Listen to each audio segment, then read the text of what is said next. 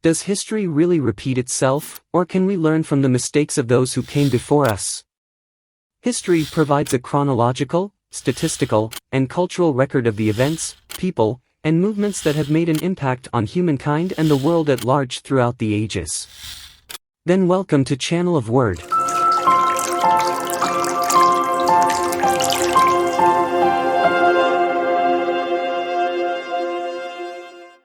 Five of the world's most devastating financial crises. Many of us still remember the collapse of the U.S. housing market in 2006 and the ensuing financial crisis that wreaked havoc on the U.S. and around the world. Financial crises are, unfortunately, quite common in history and often cause economic tsunamis in affected economies. Below you will find a brief description of five of the most devastating financial crises of modern times. The credit crisis of 1772. This crisis originated in London and quickly spread to the rest of Europe.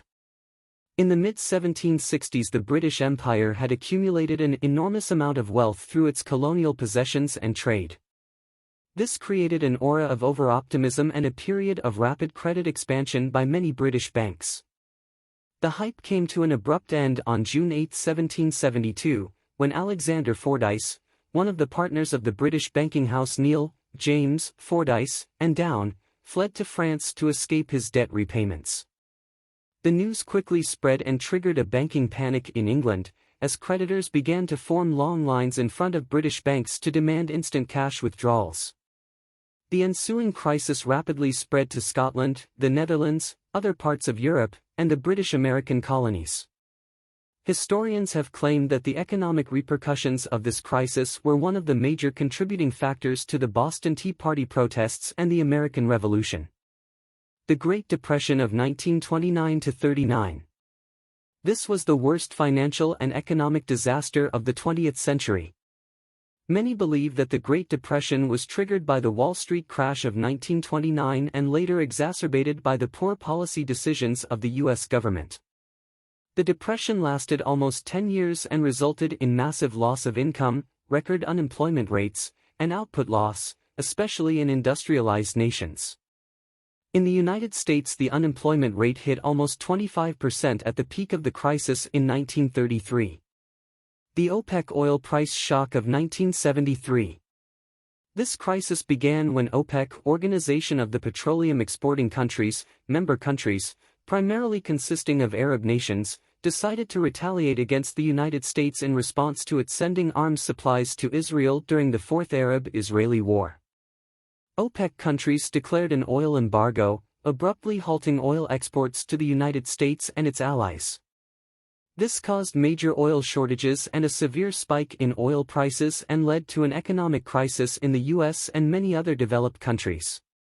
What was unique about the ensuing crisis was the simultaneous occurrence of very high inflation, triggered by the spike in energy prices, and economic stagnation, due to the economic crisis.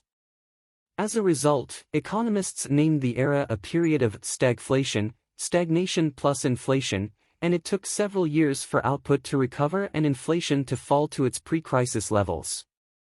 The Asian crisis of 1997. This crisis originated in Thailand in 1997 and quickly spread to the rest of East Asia and its trading partners. Speculative capital flows from developed countries to the East Asian economies of Thailand, Indonesia, Malaysia, Singapore, Hong Kong, and South Korea, known then as the Asian Tigers, had triggered an era of optimism that resulted in an overextension of credit and too much debt accumulation in those economies. In July 1997, the Thai government had to abandon its fixed exchange rate against the US dollar that it had maintained for so long, citing a lack of foreign currency resources. That started a wave of panic across Asian financial markets and quickly led to the widespread reversal of billions of dollars of foreign investment. As the panic unfurled in the markets and investors grew wary of possible bankruptcies of East Asian governments, fears of a worldwide financial meltdown began to spread. It took years for things to return to normal. The International Monetary Fund had to step in to create bailout packages for the most affected economies to help those countries avoid default. The financial crisis of 2007-08. This sparked the Great Recession, the most severe financial crisis since the Great Depression, and it wreaked havoc in financial markets around the world.